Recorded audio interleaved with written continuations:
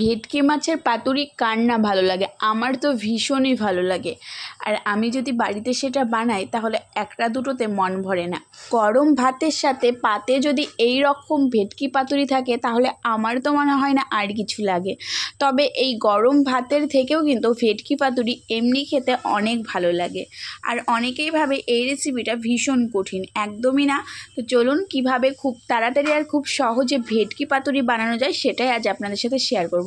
তো নমস্কার বন্ধুরা, আজকে পূজা হেলদি কিচেনের রেসিপি হচ্ছে ভেটকি পাতুরি।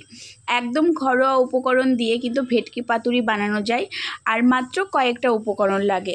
তো সমস্ত কিছু উপকরণ আমি ডিসক্রিপশন বক্সে লিখে দেবো, যদিও আপনারা ভুলে যান তাহলে কিন্তু একবার চেক করে নিতে পারেন। যে কোনো পাতুরি বানানোই ভীষণই সহজ। আর অন্যান্য মাছের রেসিপি মানে মাছের কারি কিংবা মাছের কোনো রেসিপি থেকে এই রেসিপিটা খুব তাড়াতাড়ি হয়ে যায়। তো ফার্স্টে আমি এখানে ভেটকি মাছ নিয়েছি, যেটা ভালোভাবে পরিষ্কার করে নিয়েছি। আর মাছটা কিন্তু আমি কাটা ছাড়াই নিয়েছি, তবে মাছের যে চামড়া সেটা কিন্তু আমি ফেলিনি, কারণ ভেটকি মাছ ভীষণ নরম হয়, চামড়াটা থাকলে কিন্তু মাছটা গোটা গোটা থাকে, তার জন্য আমি মাছের চামড়াটা ফেলে দিইনি। তো ফার্স্টে দিয়ে দিলাম আমি একটা পাতিলেবুর রস। ভেটকি মাছে আলাদা একটা গন্ধ থাকে, তার জন্য পাতিলেবুর রসটা দিলে সেই উগ্র গন্ধটা থাকবে না। পাতিলেবুর রস দেওয়ার পর আমি দিয়ে দিলাম পরিমাণ মতো লবণ, আর দিয়ে দিচ্ছি হলুদ।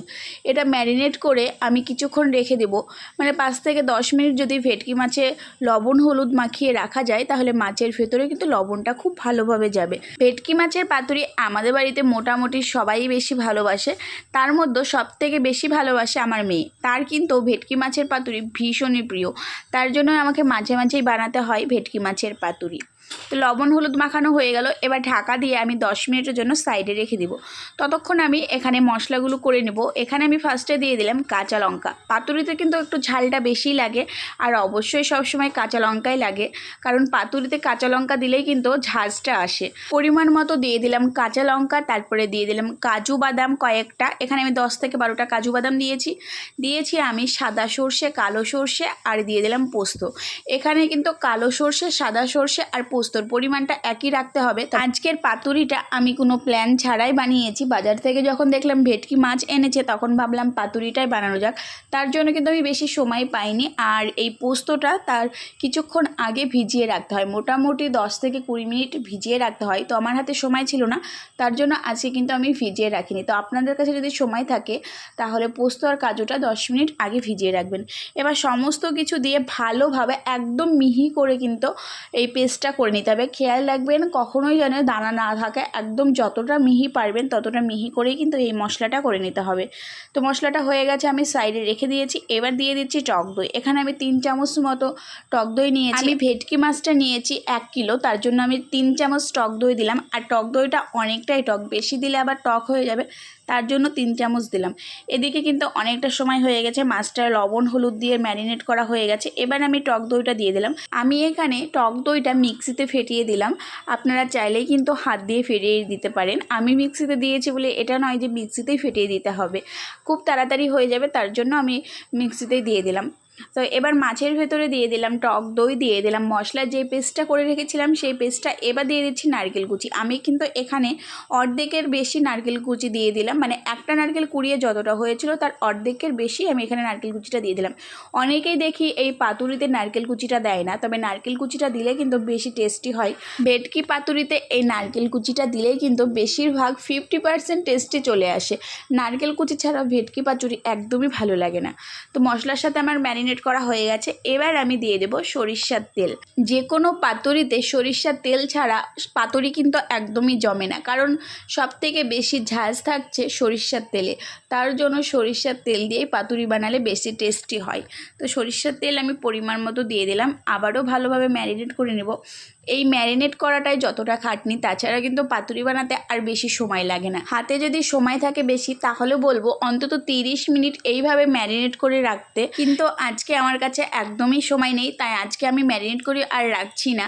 আমার মেয়ে যখন থেকে দেখেছে ভেটকি মাছ আনা হয়েছে তখন থেকেই শুরু করে দিয়েছে কখন বানাবা। তো ভালোভাবে আমি ম্যারিনেট করে সাইডে রেখে দিলাম অন্তত 10 মিনিটের জন্য। এবার ততক্ষণ আমি কলার পাতাগুলো ছেঁকে নিই। কলার পাতাগুলো ছেঁকে নিলে কিন্তু ভীষণই নরম হয়ে যায়, তখন বাঁধার সময় একটু প্রবলেম হয় না। আর কলার পাতাগুলো যদি না ছেঁকে বাঁধতে যায় তাহলে কিন্তু প্রত্যেকটা কলার পাতাই ফেটে যাবে। গরম জলে বা গরম তাওয়াতে এইরকমভাবে কলার পাতা ছেঁকে নিতে হয়। গরম তাওয়াতে তো এইভাবে কলার পাতাগুলো ছেঁকে নিতে হয়। আর তাছাড়াও কিন্তু ফুটন্ত গরম জলের মধ্যে 1 মিনিটের জন্য কলার পাতাগুলো দিলেই কিন্তু নরম হয়ে যাবে। তো আমি এখানে তাওয়াতে তাড়াতাড়ি করে নিলাম। আর এবার আমি এই মাছগুলো সমস্ত মাছ একসাথে বেঁধে নেব। ফার্স্টে একটা কলার পাতাতে 1 পিস মাছ নিয়ে নিলাম, সাথে অনেকটা গ্রেভি দিয়ে দিলাম আর ওপরে দিয়ে দিলাম একটা কাঁচা লঙ্কা। এবার চারি সাইডটা কলা পাতার মুড়ে দিতে হবে, দিয়ে ভালোভাবে সুতো দিয়ে বেঁধে দিতে হবে যাতে ভেতর থেকে গ্রেভিটা বাইরে না চলে আসে। তো আপনারা যেরকমভাবে ইচ্ছা আপনারা সেরকমভাবে বেঁধে নিতে পারেন। তো আমি তো এইরকমভাবে একটা বেঁধে দেখালাম, এটা কিন্তু খুবই সহজ। আর একভাবে বেঁধে দেখাচ্ছি, আবারও সেম একই রকমভাবে আর একটা কলার পাতা নিয়ে নিলাম, আমার মাঝখানে দিয়ে দিলাম একটা মাছের পিস, আর ওপরে দিয়ে দিলাম কিছুটা গ্রেভি আর সাথে একটা কাঁচা লঙ্কা। ওপরে যদি একটা কাঁচা লঙ্কা দেওয়া হয় তাহলে কিন্তু ঝাল বা কাঁচা লঙ্কার যে গন্ধটা সেটা কিন্তু খুব সুন্দর আসবে, তার জন্য আমি ওপরে একটা কাঁচা লঙ্কা দিয়ে দিলাম। এবার 2 পিসটাই আমি মুড়ে দিলাম 2 সাইড দিয়ে। এবার ওপর আর নিচ দিয়ে আবারও মুড়ে দিলাম, এটা কিন্তু 4 কোণাটি হয়ে গেল। এবার আমি সুতো দিয়ে বেঁধে দিচ্ছি, ব্যাস হয়ে গেল। এইরকমভাবে আমি প্রত্যেকটা মাছ কলার পাতাতে বেঁধে নেব, তাহলে ভাজার সময় খুব তাড়াতাড়ি হয়ে যাবে, এক্সট্রা আর কোনো কাজ থাকবে না। আর একসাথে সব মাছগুলো বেঁধে নিলে কাজটাও কিন্তু অনেকটাই কমে যাবে। তো আমার সমস্ত মাছগুলো বেঁধে নেওয়া হয়ে গেছে। আর এখানে আমি কড়াইতে তেলও দিয়ে দিয়েছি, সামান্য একটু তেল লাগবে, বেশি তেল লাগবে না, খুবই অল্প পরিমাণে। তো এখানে তেলটা গরম হয়ে গেছে। এবার আমি একটা একটা করে কড়াইয়ের ভেতরে যতগুলো মাছ আটবে ততগুলো মাছ দিয়ে দিলাম, একসাথে যতগুলো এঁটেছে আমি ততগুলো দিয়ে দিয়েছি। এবার গ্যাসটা একদম লো ফ্লেম করে দিতে হবে, হাই ফ্লেম করলে কিন্তু একদম তলাটা পুড়ে যাবে, ভেতরটা পুরো কাঁচা থাকবে, মাছের কোনো টেস্ট আসবে না। তার জন্য গ্যাসটা একদম লো করে দিয়ে আমি অন্তত 5 মিনিট ঢাকা দিয়ে কিছুক্ষণ রেখে দেবো। পাতুরি বানানোর সময় সবথেকে এটাই বিরক্ত লাগে যে অনেকটা সময় লেগে যায় এই ভাপ দিতে। তো 5 মিনিট আমি প্রথমে একদম লো হিটে আমি 1 পিঠ ভেজে নিয়েছি। এবার আমি উল্টে দেব, উল্টে দিয়েও কিন্তু একদম মিডিয়াম, একদম হাইও না একদম লোও না, সেই রকমভাবে আমি গ্যাসের ফ্লেমটা দিয়ে দেব। আর এই সময়টাই কিন্তু একটু ধৈর্য ধরে ভাজতে হবে। এই রকম ছাড়াও কিন্তু স্টিম করে পাতুরি বানায়, অনেকেই বানায়, আমিও বানিয়েছি, সেটাও কিন্তু খুব ভালো লাগে। তবে এই রকমভাবে বানালে কিন্তু বেশি টেস্টি হয়, তার জন্য আমি বেশিরভাগ এই রকমভাবেই বানাই। আমি অনেকেই দেখেছি হাঁড়িতে জল ফুটিয়ে ওপরে ফুটো ঝুড়ির মধ্যে এই রকমভাবে পাতুরিগুলি সাজিয়ে দিয়ে স্টিম করে নেয়, সেইভাবেও করা যায়। আবার স্টিমার কুকারেও কিন্তু মোমো এইভাবে পাতুরি বানানো যায়। তো আমার এইদিকে পাতুরিগুলো হয়ে গেছে, দেখুন লো ফ্লেমে আমি কিন্তু পাতুরিগুলো বানিয়েছি, তার জন্য দেখুন কলা পাতাগুলো কিন্তু একটুও পুড়ে যায়নি, নিচেও কিন্তু একটু লেগে যায়নি, খুব সুন্দরভাবে পাতুরিগুলো হয়ে গেছে। তো আমি এবার নামিয়ে নিচ্ছি। আমি যখন পাতুরিগুলো বানাচ্ছিলাম, যখন ভাপ দিচ্ছিলাম, তখন কিন্তু পাতুরি থেকে খুব সুন্দর একটা গন্ধ আসছিল, সেই গন্ধতেই মনে হচ্ছিল যেন পেটটা ভরে গেছে, এত সুন্দর একটা গন্ধ আসছিল। বাকি যে পাতুরিগুলো বানানো আছে সেইগুলো সেম একই রকমভাবে কিন্তু আমি ভেজে নেব। তো এখনও অনেকটা সময় লাগবে, অনেকগুলো পাতুরি আছে। অন্যান্য পাতুরি থেকে ভেটকি মাছের পাতুরিটা আমার একটু বেশিই ভালো লাগে।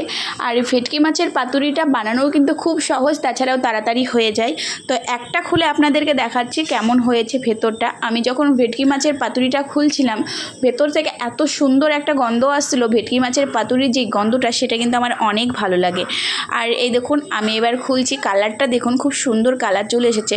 আর মাছটা এত সুন্দরভাবে নরম হয়ে গেছে, ভেতরটা রান্নাটা খুব সুন্দর হয়েছে, মানে পাতুরির ভেতরটা আমি যখন হাত দিয়ে তুলতে যাচ্ছিলাম পুরো ভেঙে যাচ্ছিল, খুব সুন্দরভাবে মাছটা সেদ্ধ হয়ে গেছে। যারা পাতুরি খেতে ভীষণই ভালোবাসে তাদেরকে বলবো একবার হলেও বাড়িতে এইভাবে ট্রাই করে দেখবেন, আশা করব সবার পছন্দ হবে। তো ভিডিওটা কেমন লাগলো কমেন্ট করে কিন্তু জানাবেন। সবাইকে টাটা, দেখা হচ্ছে আবার পরের কোনো নতুন রেসিপিতে।